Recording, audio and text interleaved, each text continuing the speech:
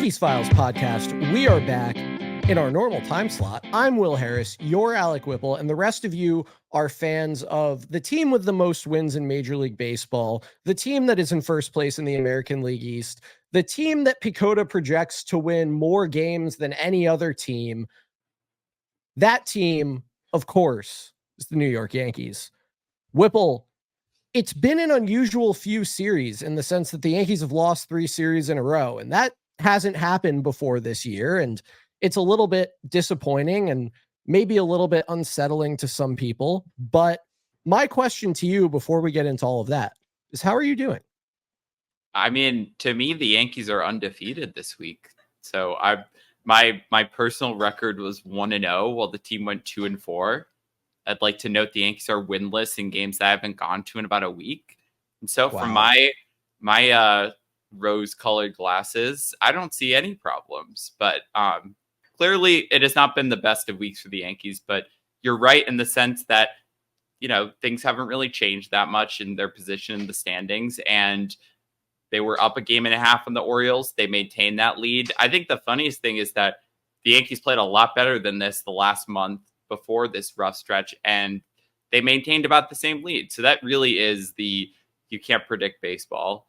Sometimes you win, sometimes you lose, but you don't really, there's no Does rhyme. It ever rain? Sometimes it rains. I love that quote.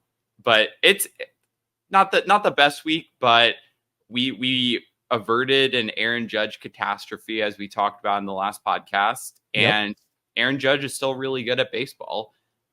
We didn't avert a Giancarlo Stanton catastrophe, but I think there are plenty other. I think that's in the model. I think that's priced in. I think there's plenty other things to be happy about, some things not to be happy about.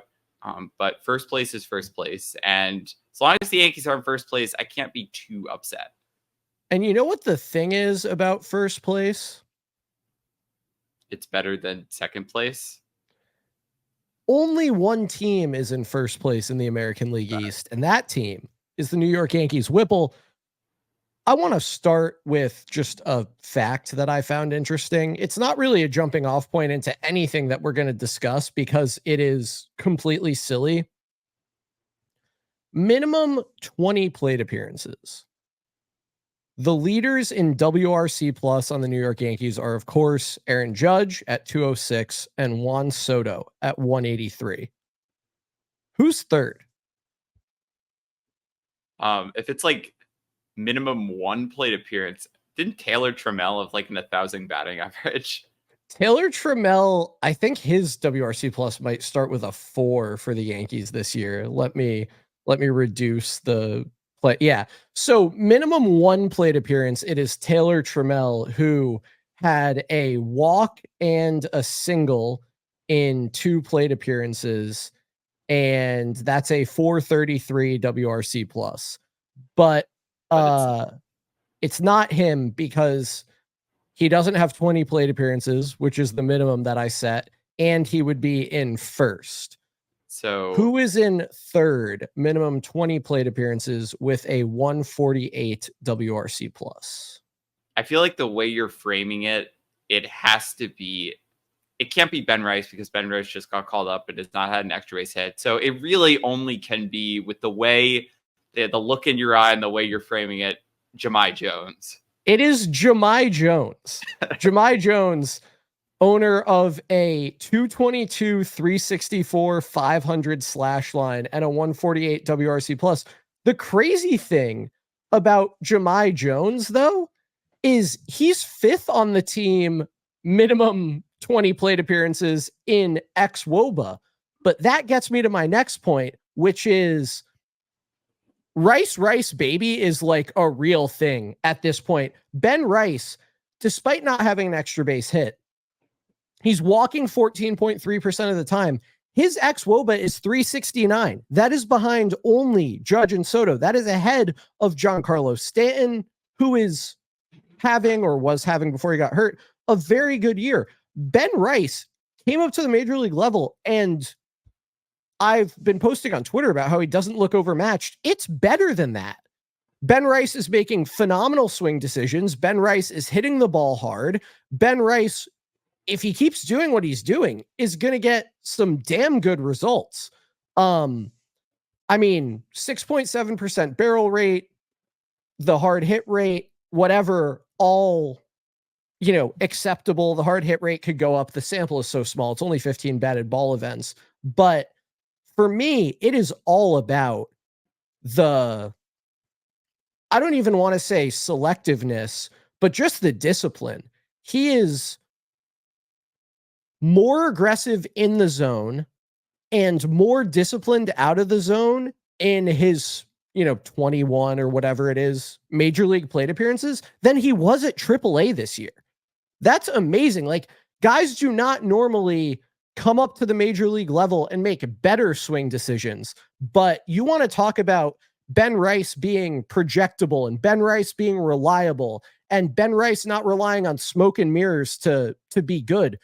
This is a guy who has major league plate discipline, good major league plate discipline, great major league plate discipline. From what we've seen so far, there's a lot to be excited about with him. And if we see him just, pull the ball in the air a little bit, as we say about everyone, or just, have some better luck on the balls he hits hard, holy cow, could Ben Rice be good? And I mean, that's obviously what the ex-Woba shows us. But it's kind of funny going from Jahmai Jones to Ben Rice, because Jahmai Jones does have like I don't know if they're deceptively good underlying stats, but I definitely believe them a little bit less.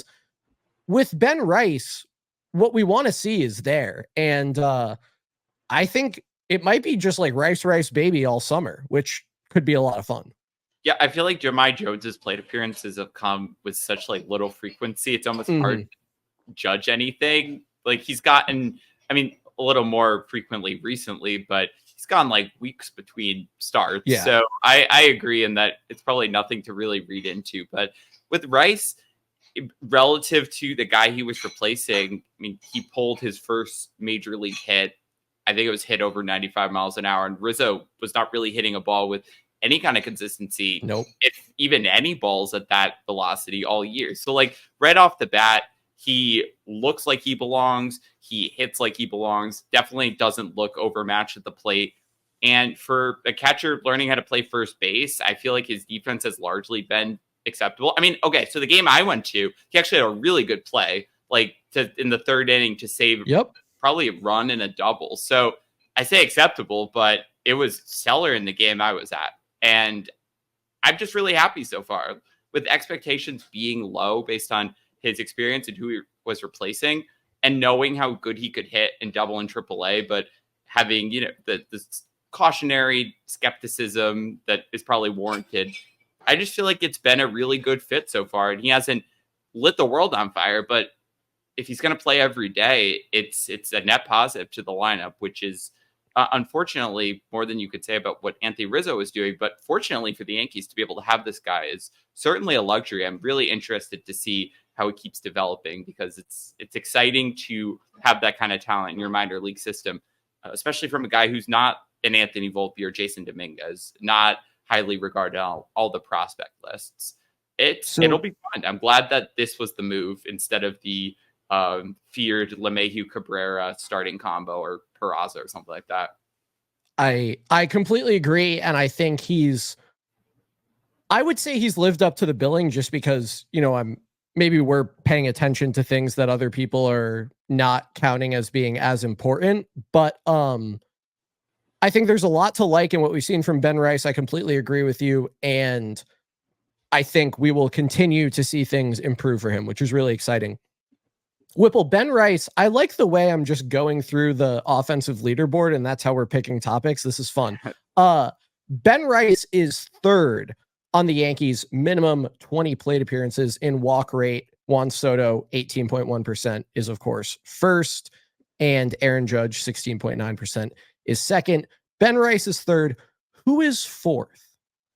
The same guy who is actually fourth, because now I'm going through the leaderboards too, because I'm like, now I'm playing around.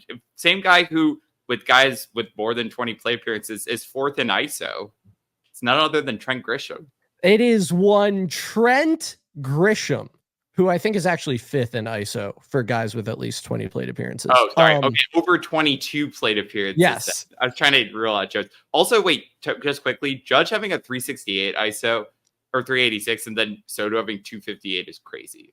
Yeah, no, it's they're these guys are Aaron ridiculous. In case you didn't know. Yeah, Aaron Judge is really, really good at baseball. Trent Grisham's WRC plus since May 4th, 119.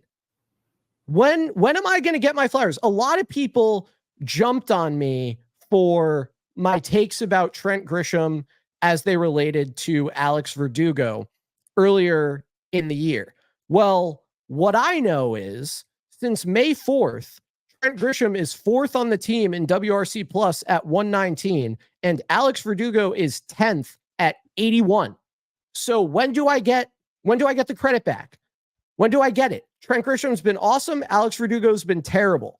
And that's not good. I'd rather Alex Verdugo be good and Trent Grisham be good. But a lot of people wanted to just take the month of April and go, oh, Will was so wrong. Will's so stupid. Will doesn't know anything about baseball. It was obvious Alex Verdugo was going to be better. Well, is it?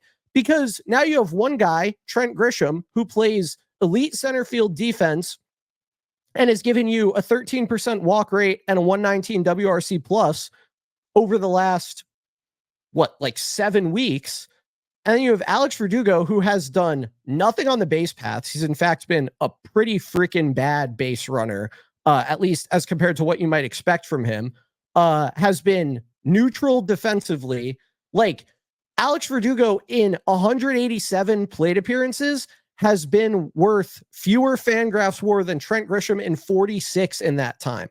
People didn't want to engage with how good Trent Grisham is as a baseball player and how valuable a guy he is to have on your team. And now he's hitting bombs, particularly pivotal ones frequently. He's getting on base. He's playing great defense. Alex Verdugo has been terrible for a while now, and nobody's apologizing to me. How does that work? I mean, I will be the one to point that I was bold enough to put my money where my mouth was and say, he could be a top 5 Yankee hitter by WAR. And if you look at the WAR leaderboard, I think there's a pretty clear lane for him to slot in the 4th or 5th spot if he starts getting regular playing time. Like if you look at number 4, it's 1.2 WAR right now. And I think Grisham, if he has any kind of offensive contribution, he's going to start rising the ranks. So I mean, I agree with you. He's been a lot better in minimal playing time, and I'm interested to see what that looks like with everyday time, because from his perspective, it's like super tough to do what he's been doing. My gosh. I wouldn't say the Jahmai Jones treatment, because I think Jahmai Jones is like a new level of like not playing but still on the team every day, but he's very underutilized for Yankees 4th or 5th outfielders that we've seen in recent years. I think we both assumed there would be some kind of rotational platoon of some sort, and it just never materialized. But with Stanton down, with Dominguez down, this is his chance, and it will be a really fun next few weeks if Trent Grisham starts hitting, because you have a guy with Bader-like defense in center and definitely more offensive capability than Harrison Bader. I'm excited, and I hope we're both proven right. And as for Alex Verdugo, I don't really know what you do about him. I think you don't hit him in cleanup anymore. That's kind of where I would want to start, but that it doesn't seem like that's in the cards. I hope it is soon, but with Stanton down, it seems less likely. It'll be tough when everyone is healthy, and I hope we're at that situation. But the more I see Verdugo, the more I would like a healthy Dominguez to be playing over him. I don't know about Dominguez, though. It didn't sound like the oblique was that positive of a diagnosis. So that might not be a question we get to answer. Yeah, it sounds like I'm preparing myself not to have Jason Dominguez around this year, unfortunately. I'm mad about that. I'm really mad. I am too, but at the same time, and I think we've both said this, the Yankees are good enough to win the World Series without Jason Dominguez, but guys have to be the guys that we think they are. And as low as I am on Alex Verdugo, he is a guy who has not been the guy that I think he is for a little while now. I'm just gonna name some baseball players, 2 baseball players, in fact, Austin Wells, Ben Rice. Those are two guys. You want to put a lefty in that cleanup spot? Austin Wells, Ben Rice. Do it. I think Why Wells not? is really interesting. Like, I wouldn't do that to Ben Rice. I think That's Wells fair. would. I really do think Wells should be a consideration. If That you might really be want like the spot for Austin Wells. He's hitting well enough to support it in the last month or so. Definitely. I mean, clearly his bat has turned around, or at least he does the things we would want him to do. Yeah, Double-digit walks, hits the ball hard in the air. Like, what more do we want? Yeah, that's a real. I hadn't even considered that, but I sign me up for that, because that intrigues me. If you want a lefty, I don't think you have to have a lefty. I don't think you have to have a lefty, but it seems like they would like one. Yeah. So that certainly is interesting, because I think the top three is pretty locked in. And I am glad about that, given the uncertainty in that area. Well, should we have a conversation about Anthony Volpe? What, a good one or bad one? Not a particularly good one. All right, sure. Let's hear it. So, I was kind of putting out cautionary Anthony Volpe content when he was at the peak of his powers. And since then, Anthony Volpe has seen his batting average on balls in play kind of tank. He has been allergic to walking, and he hasn't done a ton of like hitting the ball hard in the air for extra base hits. And as a guy who's going to be a leadoff hitter, one of the most important things that he will be asked to do is get on base. And one thing that Anthony Volpe has not had the most productive relationship with throughout his time as a Major League Baseball player is the act of getting on base. So, if we go back to the beginning of June, his walk rate's 3.1%, his on-base percentage is 268. If we go back to the beginning of May, his walk rate's 5.3%, his on-base percentage is 313. If we go back to the beginning of the Dodgers series, his walk rate's 4.1%, his on-base is 243. And I don't like that.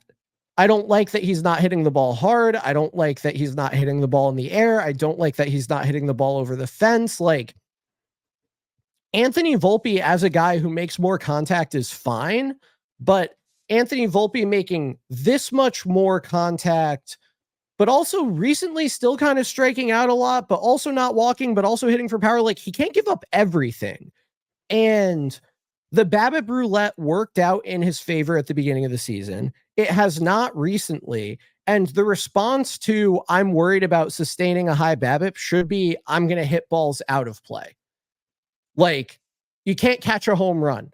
You never make an out on a home run, pretty much. I guess you could like miss a base and they can appeal or whatever, but you normally don't make outs on home runs. So like, I was harboring some concerns that have since been borne out about the sustainability of the Ichiro version of Anthony Volpe, and I think there are some solutions in 2023 Anthony Volpe that 2024 Anthony Volpe may be able to leverage. Because the thing is, all he's doing is making more contact. That's it. His swing decisions are the same.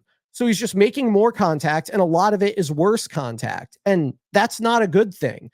And I think it's taking away from his walks. And I think that's had kind of a destructive effect on his ability to get on base.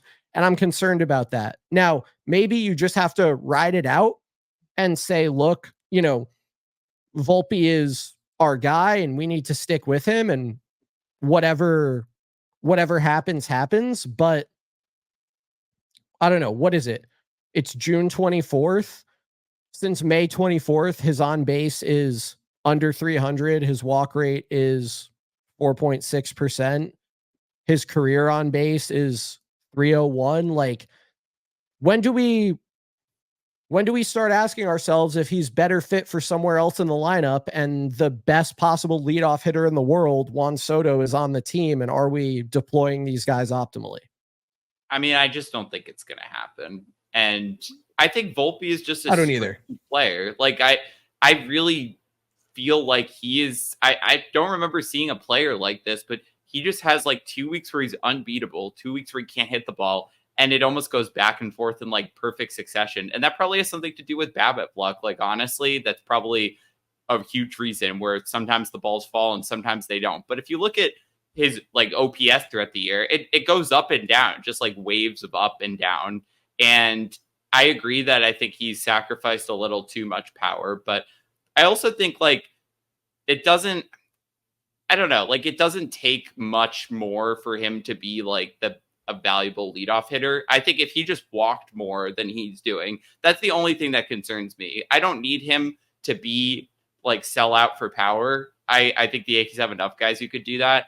I just need him to walk. And this week definitely was a better week for him this last week. But if he's going to go, like you said, weeks without walking, that's a huge problem.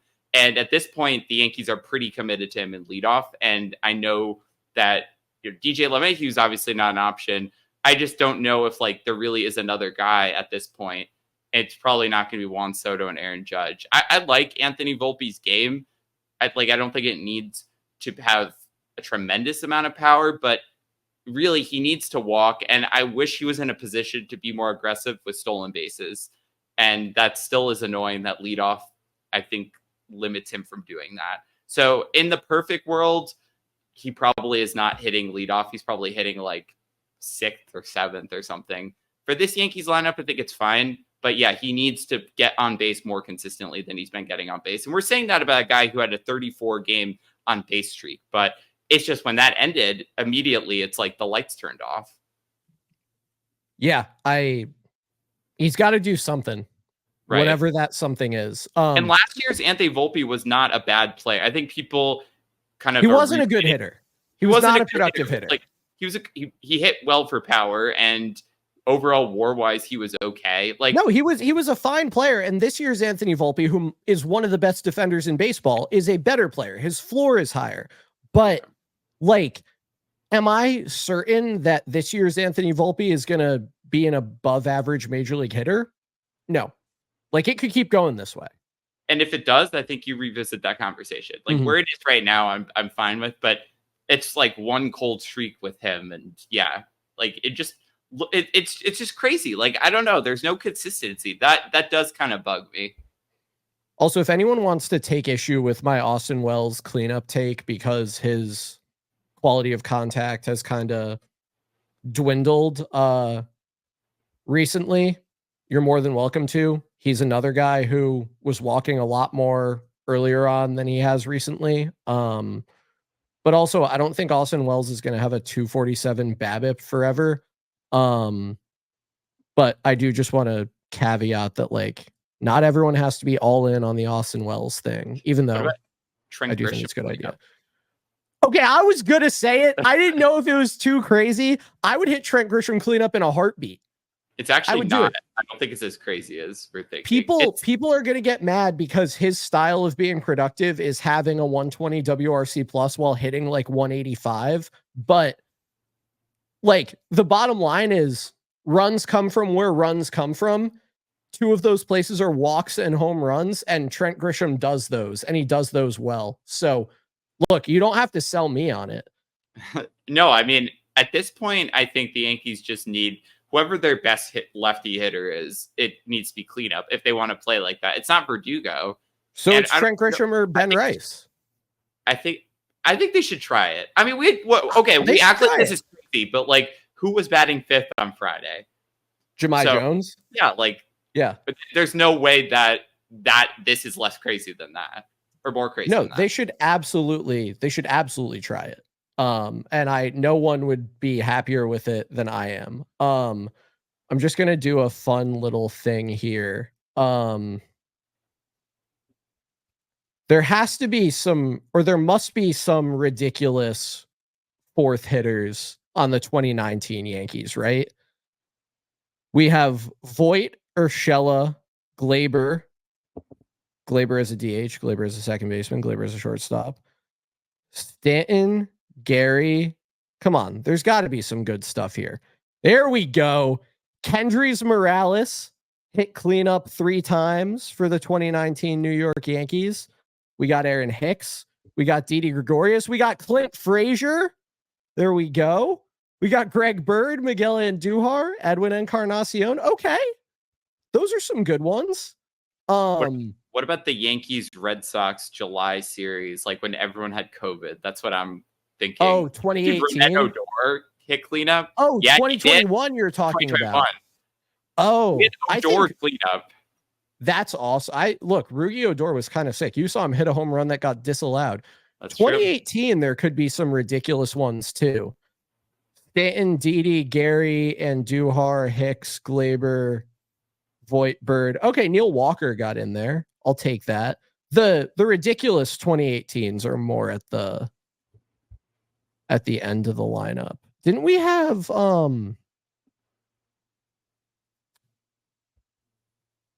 Oh, there's Shane Robinson. He played more than I remember. Okay, this game from the worst day of my life, July 22nd, 2021, starting lineup was LeMahieu, Gardner, Stanton, Odor, Torres, Brantley, Greg Allen, Estevan Florial, Tyler Wade. Who pitched in that game after Jordan Montgomery? Sal Romano, Lucas Litke, Luis Sessa, Chad Green, and Brooks Kriske. I mean, not that the pitchers are better, but that lineup is so bad. So bad. So anyway, these lineups will be better than that. One addition to the lineup that was just made is one JD Davis. So I was firmly on the JD Davis bandwagon in the last couple of years. And in 1,122 plate appearances from 2021 to 2023 between the Mets and Giants, he hit for 113 WRC plus. He hit 35 home runs. He walked 10% of the time. This year, he has not walked. He has not hit the ball over the fence frequently. He has a 98 WRC plus, and he is pounding the ball into the ground, not hitting it quite as hard as he did, but barrel and hard hit rates are fine, so I'm not too worried about the average exit velocity. But launch angle has just tanked. It went 13.2 in 21, 12.3 in 22, 7.8 last year, and 2.7 this year. Line drive rate has fallen accordingly, 31%, 21%, 19%, 11%. Ground ball rate is over 60%. So what the Yankees are going to need to do with JD Davis is a Gio Urshela, Luke Voit project where there's something there and you capture it. And I want to believe that they can do it because I think JD Davis still probably has it in him to be a good player. But even adding a league average bat to this offense would not be that much of a problem given some of the guys who have been getting playing time. The thing that sucks about JD Davis, and this wasn't as true as it is now prior to last year. Maybe it was. Maybe I was overrating him a little bit. He really can't play third base. Like, he's kind of an atrocious third baseman. And that means that he's not going to take playing time from DJ LeMahieu. He's going to take playing time from Ben Rice. And it sounds like they're already talking about a JD Davis, Ben Rice platoon at first base, which I guess kind of like is what it is. I find it a little disappointing. He definitely is better against lefties, and that's obviously the short side of the platoon. He has a 130 WRC plus against lefties this year, so that is absolutely nothing to sneeze at. It's only 33 plate it's only I scrolled the wrong direction. My apologies. Bear with me. It's only 37 plate appearances, but still, a 130 WRC plus is awesome. And if Ben Rice benefits from the platoon advantage as well, then suddenly you could be getting something really good out of the first base position. It's just getting DJ LeMahieu out of the lineup and getting Ben Rice and JD Davis both in it could be a good thing. Like, is there an argument that when Rice plays first. Davis should play third a little bit. Like, I don't know. I don't know how you do it, but we should have a DJ LeMahieu conversation. And I think there are things to like about the JD Davis thing, but it's just like, I don't know. Maybe you can't replace Anthony Rizzo and DJ LeMahieu all at once. Maybe I'm just being too greedy. What do you think? I mean, I think it's a really good guy to get given the current circumstances. Like, if you look Sure. at guys who are out there, it's probably him or Garrett Cooper. And I'd probably want to risk on JD Davis. I feel like it just made it, the upside's more appealing. Yeah, the exit velocity is there, the hard hit. Like, it's all kind of the stuff we know the Yankees like, that we like. He was actually, I think, positive. Like, there's like, I think it was outs above average, because I was reading about this before. Like, last year, outs above average, he was like positive, and then he's never been positive in any other defensive stat in his career. So it definitely seems like the outlier. I think the Yankees could play him at third in limited capacity. Definitely not in like a Marcus Stroman situation, but maybe with like a fly ball pitcher like a Cole or a Rodon. And I think that they're not going to, as much as maybe people who don't care about defense would like. The Yankees will certainly try their best to play DJ LeMahieu as much as possible, but I don't know. I'd rather get JD Davis in there. I feel like I don't know about DJ LeMahieu. I'm like really torn on what to think about him. I'd at least like to see what Davis is like in the right circumstances, and I'd rather play Ben Rice too. I guess I want to see how bad the third base defense is. It just doesn't seem like DJ LeMahieu's even moving all that well. Maybe it's a good time to talk about what do you think about the LeMahieu situation? What if? So I just want to. There are a couple things I want to make clear, and I will get into the DJ LeMahieu situation. But I think it's funny that we're talking about a guy named JD and a guy named DJ. This is also a good time to point out that JD Davis's name is Jonathan Gregory Davis, and the D in JD is for Davis. JD Davis is just Jonathan Davis because people would call him JD for Jonathan Davis, and then it became JD Davis. So it's ridiculous. It's like if the J in DJ LeMahieu was for LeMahieu, which doesn't work quite as well, but that is effectively like where you're going with that. But like, yeah. Also, he's replacing a former Yankees third baseman, Josh Donaldson, JD. Wow. Lots of JDs around. Yeah, but David John LeMahieu, but it's really the J is for LeMahieu. Exactly. Yeah. I don't know why I find that very funny. David LeMahieu, DJ LeMahieu. As far as the JD Davis is concerned, that's just how this stuff works. Yeah. Well, what do you think? This also makes him the second Jonathan Davis who has recently played for the Yankees. That's after true. Jonathan Davis, the outfielder who I saw play in the Joey Gallo home run game against the Seattle Mariners. Anyway, where I stand on DJ LeMahieu is, and I don't think people are going to like this. There's not like, how should I say this?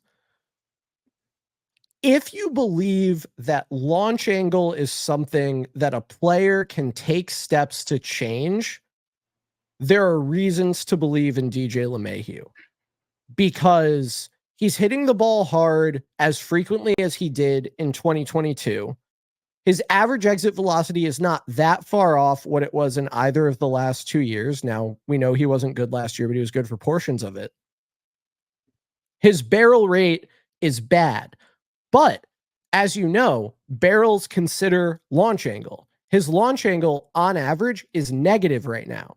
So if he could just juice the launch angle a little bit and actually get something for hitting the ball as hard as he's hit it, there could be a productive player in there. Now, there's a lot of room between DJ LeMahieu's 44 WRC plus and 0 ISO and a productive player, but I love how much he's walking. He's walking 12% of the time. I don't think he's going to have a 235 BABIP forever, because I think he's going to start to hit the ball in the air at least a little bit more and hit some line drives.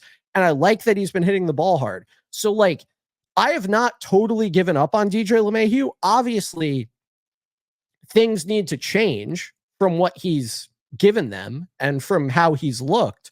But just given that he hasn't taken the Anthony Rizzo route of completely forgetting how to hit the ball hard or completely losing the ability to hit the ball hard, I do find myself being a little more bullish on the idea that there could be something there, just because he can make the ball come off his bat quickly. And, you know, a guy like Anthony Rizzo kind of can't anymore. So if you want to be optimistic about DJ LeMahieu, that's the story. He just needs to find some launch angle, and then he could be a fine player. Yeah, I don't know. I mean, he hasn't pulled like a single ball for a hit. That's pretty bad. It's not good. No. Yeah. I mean, I see the optimism. I don't know, especially with all the stuff with like his foot that's gone on. The thing is, though, I mean, he's had these stretches before and then come back and been him something close to his old self. But if the Yankees had better options, I think we'd all be pressing a little more for him to get less playing time. But he definitely helps that the infield's a little bit shaky right now. I'd love to see it. I mean, like, they have him for enough years where you kind of can't cut bait on him now. While we're talking about it, aren't you just a little bit annoyed that the Yankees structured his contract the way they did? And kind of the same thing with like Hicks. The like, what do you mean? The more years for less AAV. Yeah. Kind of coming back to bite some of these longer contracts where it seemed good in the moment, but you really wish he was done after like next year or this year. And I don't like to be this guy, but I think the obvious comment to be made there is, okay, so you give more years at a smaller annual value, ostensibly so that you can free up money to be spent within those years on other expensive players. And then like Corey Seager and Marcus Semien and Carlos Correa and whoever else you want to talk about are all not on the Yankees. And it's like, all right, guys, like, how does that one work? And I'll be the first to point out that, like, the Yankees have taken on a lot of money in the time that they have employed DJ LeMahieu on this second contract, whether that's the Judge deal, whether it's Carlos Rodon, whether it's Juan Soto. Have you heard of that guy? He's pretty good. You know, they've allocated some funds poorly, as they, you know, would probably admit they did this time around on Anthony Rizzo. Although that wasn't even all their fault. He was very good until the concussion. But like, some certain allocations of funds have not gone as well as they hoped. But yeah, I would have rather just DJ LeMahieu make $20 million a year for 4 years instead of $15 million a year for 6. That would be better. And to be clear, I mean, this came before we started this podcast, so no one will ever really know what our take was at the time. But I think pretty 99% of Yankees fans were like, we have to have him back. And I don't know, at this point, knowing what I know now, what I've learned in the last few years about baseball, I think we'd be more skeptical, just because 2020 was a lot of red flags there in terms of the performance. But maybe it was a post-COVID world and we just needed like some happiness in our life. But everyone wanted him. There's nobody out there said, don't re-sign this guy. So it's not a question of should he be on the team. It's more like the structure of the deal. And it sucks because he, even in 21 and really 22 is the DJ LeMahieu, I'm like sad we didn't get beginning of 22 for sure. I mean, that guy was really good and like kind of a different guy than 2019, but yeah, the foot injury and just it's been up and down since then. I don't know. Sucks. Yeah, it's been disappointing. So the Orioles are currently trailing the Cleveland Guardians. Orioles are playing teams and not winning all of their games. I'm interesting, shocked. Crazy, weird how that happened. They got swept by the Astros, who lost 6 of 7 to the Yankees. How does that work? Orioles June is brutal though. Like I said, this was coming. You did. You absolutely predicted this. Whipple, we got some questions from some listeners and Twitter followers. Do you think we should answer them? Yeah, we got some answers from We us. do have some answers. First from Eric Wright, someone who I don't know. I've never heard of this person, so it's weird that he asked this question. If it's about an animal, I'm not answering. That's my one. It's not about an animal. It is. Do you think we'll be friends forever? Is like, okay, so is this like the three of us or just like each one of us with him? I'm not sure. I mean, I feel like your active hatred of them will stand in the way of that. Of him, of them. Do you think I hate I don't think I hate the Wrights. You like hate them in like a villain and like an art, you know, superhero. In the way that you hate your friends or pseudo friends. Yeah, so yeah, we'll all be friends. We're all contractually bound to be in the same fantasy baseball league probably forever. So that's true. That's a great point. So that's a yes. From at Charles6687, shout out Charles. Why is Edwin Encarnacion the greatest player ever? I think he's not, but yeah, exactly. Walking the parrot would be the which arm is which? Walking the parrot would be the answer. He's the only guy I would say that he is number one on the best baseball players who walk the parrot as their home run celebration list. But I don't really concern myself with these lists. Also, A+ name. Like I always just loved the name. Yeah, good name. Good name. From Karambit R, who should they trade for? I like the idea of one of Crochet, Robert Jr., or Alonso, he adds. I don't see those happening. I just don't. Like you. Yeah, I haven't thought a ton about so much. Yeah, Luis Robert, I think, might be actively trying to tank his own trade value to get off of the White Sox, which is an interesting thing. I think Crochet would be a tough one because he's under control for 2.5 more years. He's been really good. He's done it as a starter. Like everything that could boost Garrett Crochet's trade value has happened. And I don't know that the Yankees have the appetite or maybe even the ability to pay what the White Sox are looking for. I've been saying a lot of the same names to people who have sent in this question on Twitter. I think everyone's on Ryan McMahon right now. I've mentioned Matt Vierling. He can play the infield. He can play the outfield. He's having a good season. I've even mentioned Ildemaro Vargas. You know, he plays on the left side of the infield for the Nats. Presumably they could get something for him. I don't think he's going to keep hitting. I'm not in on Luis Rengifo. Maybe you could pry Donovan Solano out of San Diego. I don't know. Those are some guys. I add all kinds of pitching, high leverage, low leverage, starter, reliever, lefty, righty. Like I don't on that just like go for volume because you can figure out who's gonna help you. But yeah, when it comes to bats, I've been saying McMahon, Vierling, Solano, maybe Vargas. I don't know. Yeah, I mean, I like Brendan Donovan still. I feel like he'd also fit somewhere in the infield. I mean, I don't know. It's tough to know what you really like, what they think they need at the trade deadline, what they think they're okay with internally. And yeah, I just feel like there needs to be some pitching reinforcements. Like their moves over the last few weeks. I know they just got JD Davis, but man, Bill Bickford. Yeah, like they're right. I have to go to a game and see Phil Bickford closing out like a 4-run win, or 5-run win, which wasn't like much of a blowout. But like I just think they're churning through pitchers. They know the depth is being tested.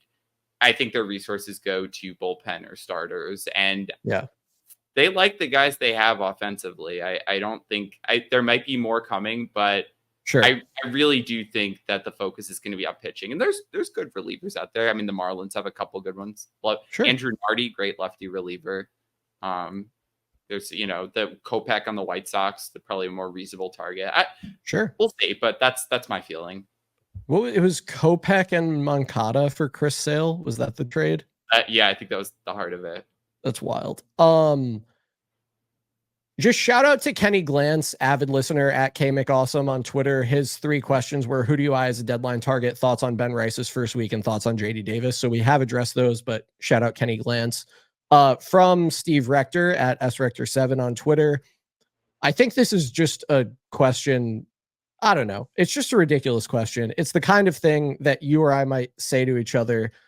Is the derivative of Felix Heredia multiplied by the square root of Kyle Farnsworth greater or less than the sum of Daryl Rasner and Jeff Karstens? I think in order to evaluate this, you have to set it equal to the Brad Halsey constant. But open to your input as well, Whipple. What? Kyle Farnsworth is like jacked now. Did we know this? Like, I didn't know this. Yeah, he is. Kyle Farnsworth is ripped. I think that changes the whole equation. That's actually a great point. That's a really good point. From Mammoth at Mammoth3 on Twitter, this last question. Maybe we should try to guess each other's. Okay. Favorite player that never played on the Yankees? I feel like that's a tough question. There's a lot of guys I like. Yeah. But I don't know if I've identified a favorite. Do I have to try to guess yours? I think we should try to guess each other's, but I have someone in mind, but I am struggling a little bit. Like someone's going to mention someone. I'm going to be like, oh yeah, it was actually him. Yeah. I feel like it's one of those things that you're just like, oh, right. Like that. I love that guy. Yeah. Yeah. That guy. Love that guy. That guy. Oh, you're just that guy? Oh man, that player. He was a great player. Yeah. Okay. I'm going to guess. This is tough. This is really tough. I'm struggling with my own. I think there's a few guys Okay, we can wait. I'm gonna guess, and then we'll give each other hints. Okay. Dan Ugla. No. Okay. Is yours? Oh, do you want to just do mine first? Yeah. Do you have other guesses, or? I'm gonna try to zero in on it. Okay. Maybe we could do hot or cold. Okay. That's Miguel Cabrera. Still cold. Okay. Never played on the Yankees, to be clear. So you can't pick Eric Hinsky, you can't pick Jerry Hairston Jr. Jerry Hairston Jr., but damn. Cole Hamels. Cold. Okay. So those have all been cold. Yeah. Because those are three pretty different players. What's the cold like? Okay. I don't know. We're gonna have to see. Okay, fine. It's a hitter. I'll give you it's a hitter. Okay. All right. Let's see. I don't know if you'll get this. I had to go back. Clearly I don't have many good guesses, but I'm gonna keep trying. You know Mark Reynolds was a Yankee, right? Yeah, I know. Yes. Okay. Paul Goldschmidt. Warmer, but still not it. Albert Pujols. Warmer still. Now, why would that be warmer still? Andre Ethier. In the ballpark, but. So it's a first baseman? Closer with Pujols. Is it a first baseman? No. Okay, fine. It's an outfielder, and it's on a West Coast team. That's why I said with Pujols. An outfielder on a West Coast team. Mike Yastrzemski. No. Vlad Guerrero? Warmer still, but no. You're the warmest you've been. So it's an LA outfielder? Yes. An LA American League outfielder? Yeah. Justin Upton. No. Torrey Hunter. Yeah. Oh, let's go.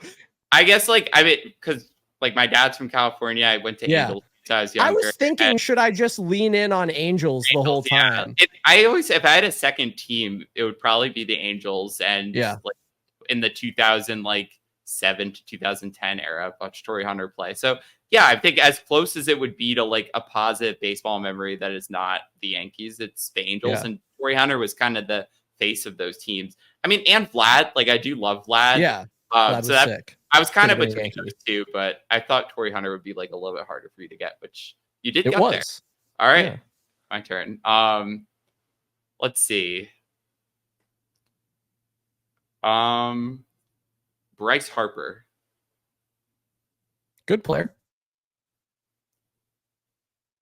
Oh, and to be clear, also, I would have said Juan Soto in a second if this was. Oh, I'm sure. Yeah. Like, I was so obsessed with Juan Soto. But yeah, anyway. So Bryce Harper. Am I hot or cold with that one?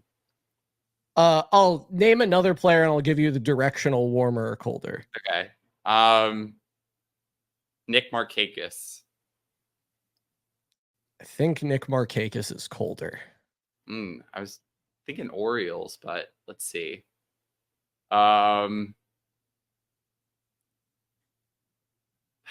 Cliff Lee, although that probably used to be one of my answers too. Cliff Lee is cold. Cliff Lee is the coldest yet. Okay. Now I'm just thinking like my runner-ups. I think my top three would have been like Cliff Lee, Juan Soto, Corey Hunter. Cliff Lee, just too much heartbreak there for me to say. Yeah. No, I can't do that. Let's see. Mookie Betts. The warmest since Harper. Okay. Matt Kemp. I don't know. So it's a hitter. It's a hitter. It's an active hitter. Okay. Freddie Freeman. No. Pretty cold. Mookie Betts is warmer. Is that because he's on the Dodgers? Well, they're both on the Dodgers. Oscar Hernandez. Oh shoot! It might be Teoscar Hernandez. Teoscar Hernandez is not who I had in mind. Okay. This guy does not play on the West Coast, is a hitter, and is active. Okay. And has won a World Series. Is it? Let's see. Won a World Series. Probably. It's not an Astro. It's not a Red Sox. Definitely, it's not one of the teams that you actively will not even touch a fantasy baseball team. But probably not a Dodger. Well, it's not a Dodger because it's not on the West Coast. Right. Yeah. East or non-West Coast team. That's one. Is it Javi Baez? It's Javi Baez. I love Javi Baez. I can't help myself. Oh, there was. I don't know if you seen No More Fielders on YouTube, but he just had a video about why the heartbreak of Javi Baez and like why we should be kind of positive, optimistic. I'll send it to you because it was him. Shout basically out No More Fielders. Great follow on Twitter. Great follow. He's like in great there follow on talking YouTube about as well. Javi Baez, and I was like, that's kind of you. That was your vibe. Going to therapy and talking about Javi Baez. Javi Baez has a 26 WRC plus this year. It is such a shame. And I have always said that I really believe that someone could just teach Javi Baez plate discipline and he would be like a top 15 player in the sport. Ben Rice's swing percentage at pitches outside of the zone is like 20%. It's phenomenally low. Javi Baez 45.7. Like it's just the guy doesn't see pitches in the zone. He sees got to be one of the lowest zone rates, 44% this year, that anyone is seeing. And he just swings at all of them. I want him to be good so badly. The end of that year with the Mets in 2021, I was like, this is him. This is the guy. Like, this is what we've been waiting for. And then, 2018 and 2019 with the Cubs, he was phenomenal. He put up, almost 6 WAR both years. He had a 122 WRC plus between them. It was freaking amazing. And then it's just been terrible. It's just been terrible. Honorable mentions? That was a fun question. Yeah, it was a fun question. I did really like those and have grown even fonder for those Philly teams. I think Chase Utley in particular, Roy Halladay grew on me after he left Toronto and stopped ruining my life. I think, Felix Hernandez was really cool. I'm trying to remember who did I really like at the time though.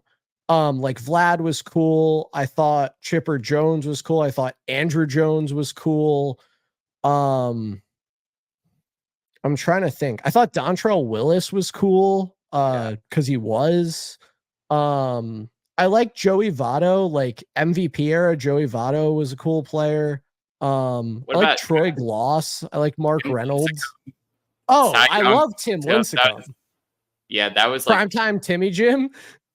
what a player. Tim Lincecum was awesome. And now every time I go to the BWI airport, I can put the Linthicum thing on my Snapchats and make the Tim Linthicum joke. Tim Lincecum was awesome. Jeff Samardzija, shout out Notre Dame wide receiver. Jeff Samardzija turned 200 strikeout in a season pitcher. Yoenis Cespedes, one of the more Cespedes was players sick to watch from afar. Puig was sick. Put aside the moral concerns there. Puig was really cool. Mm-hmm. I liked Curtis Granderson. He, of course, Yeah. became a Yankee, but he was like a favorite non-Yankee at the time. I never really I appreciate Joe Mauer. I never really came around to I love Joe Mauer so much. I know Joey DJL MVP is a big Joe Mauer guy. I like Jim Edmonds. Jim Edmonds hit a lot more home runs than people realize. So Taguchi, obviously. Can't forget So Taguchi. We've now done 10 minutes of Remember Some Guys. This is sometimes it just sneaks up on you. Yeah, that was a question designed to undermine us, and it worked. It really was. So thank you, Mammoth, for that one. Favorite player who you never saw play, like their career and your watching of baseball did not overlap. Oh, no. Take the all-time greats out of it, like Ruth, Gehrig, Mantle, DiMaggio, obviously. Probably I just feel like the McGuire Sosa year. I wish I had seen those because it's you watch for 30s about them, and I know we saw the end of Bonds, but I wasn't real. That's what I wish. I wish I was a fan during the peak steroid era because that stuff looks so cool to watch, and that's my dad's everyone cared about in 1998. And I'm I just like when everyone cares about a baseball thing. Yeah. Give me very fair. Caring about stuff. For me, it's Greg Nettles.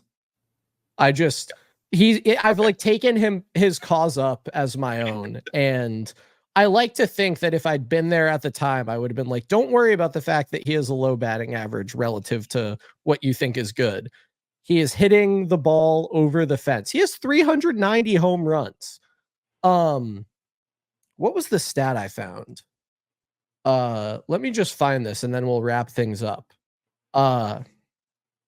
Okay. 60% of your games played at third base. 350 home runs, 300 doubles, 1,000 walks. Who do you think is on that list? There are 4 guys. Mike Schmidt. George Brett. Nope. Oh, because he didn't have that many home runs. Eddie Murray. Nope. Probably didn't play enough of his games at third base. Eddie Matthews, maybe who you were looking for. I don't know that Eddie Murray ever played a game at third base. So I don't think that's who you would have been looking for. Yeah. Eddie Matthews, Mike Schmidt, 2 more guys. I know Greg Nettles is probably one of them. So Greg Nettles. Who would the last one be? Adrian Beltre? No. Robin Yount? No, he wasn't. Nope. Okay. Switch hitter. Played Chipper. In our lifetimes. Chipper Jones. Yeah. Mike Schmidt, Chipper Jones, Eddie Matthews, Greg Nettles. That's the list. He should be in the Hall of Fame. There's less good third basemen in the history of the league than you'd think. Definitely. And they all played for the Braves. And they all of them, except for Mike Schmidt. Greg Nettles played a little bit for the Braves. Darrell Evans played for the Braves. Obviously, Chipper Jones and Eddie Matthews played for the Braves. Freddie Freeman played third base for the Braves, even though he's not a third baseman. It's ridiculous. Hall of Famer. There you go. I guess that's what we have to conclude. Dan Ugla, Rafael Furcal. Now I'm just naming infielders. Whipple, your confidence out of 10 in the New York Yankees. I'm staying at a 9. I forget where I was last week, but I want to stay at a 9 because I think that good teams go through slumps, and this team is good, and they went through a slump, and it sucks that Giancarlo Stanton's gone, but all of the guys who are still there can do really well. And like Aaron Judge and Juan Soto are still on the team. Garrett Cole's back pitching, and he's going to go longer than 4 innings tomorrow. And I'm excited about that. Just like, I feel good.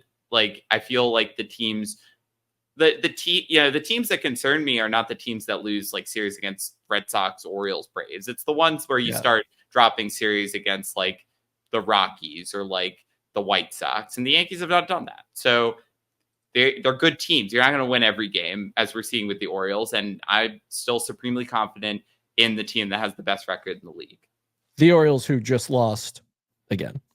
Right. To a good team. That's what happens. To a good team. Sometimes you lose to good teams. I'm going to be at a 9 as well. I think, this is, much as you were talking about the fact that the Orioles would be significantly tested in June by the quality of their schedule, I think we've seen the Yankees, play a particularly tough schedule recently.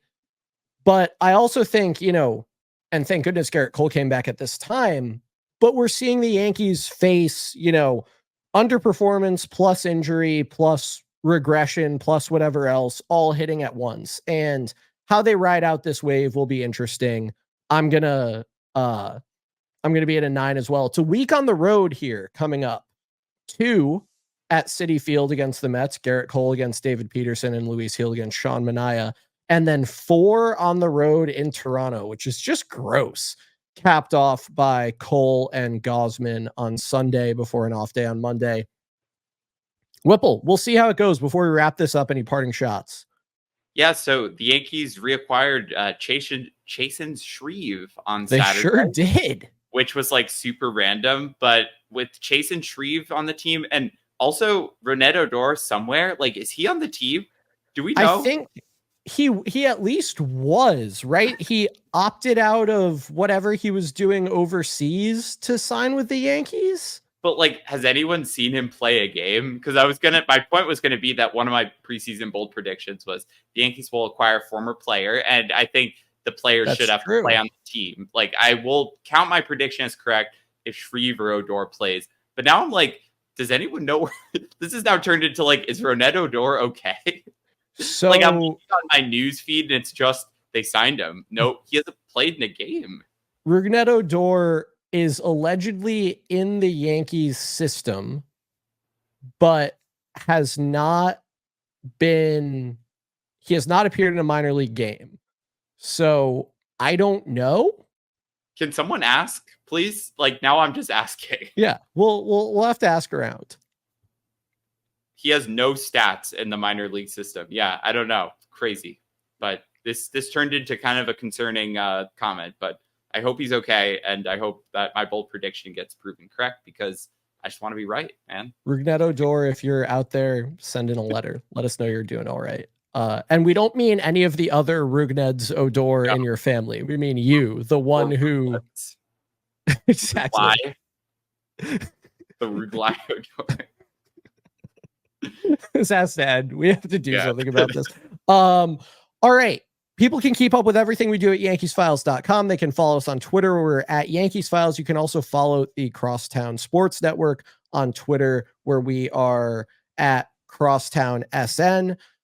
Podcast is available wherever you get your podcasts. We hope you will rate, review, subscribe, download, listen to it a billion times, and do all that stuff if you like it. We hope if you don't like it, you only do the stuff that juices the listener numbers. We appreciate it. Full video podcast is available if you are a Spotify listener, and you can also get the whole video podcast on YouTube, youtube.com/@crosstownsportsnet.